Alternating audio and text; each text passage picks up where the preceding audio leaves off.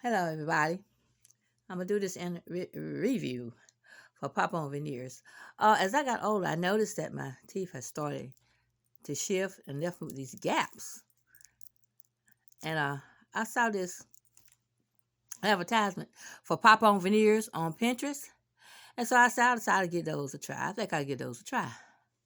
And so I ordered them, and I got my impression in about maybe a week. And so it took them about 2, 3 weeks to get my actual veneers. So this is my before,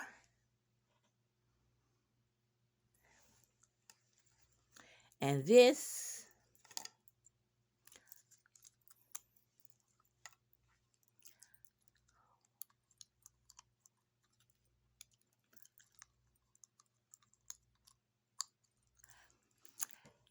is my after. It's gonna take me a while to get used to them. I know I talk a little funny, but I love them. So you better go and get you some, so you can get that beautiful smile also.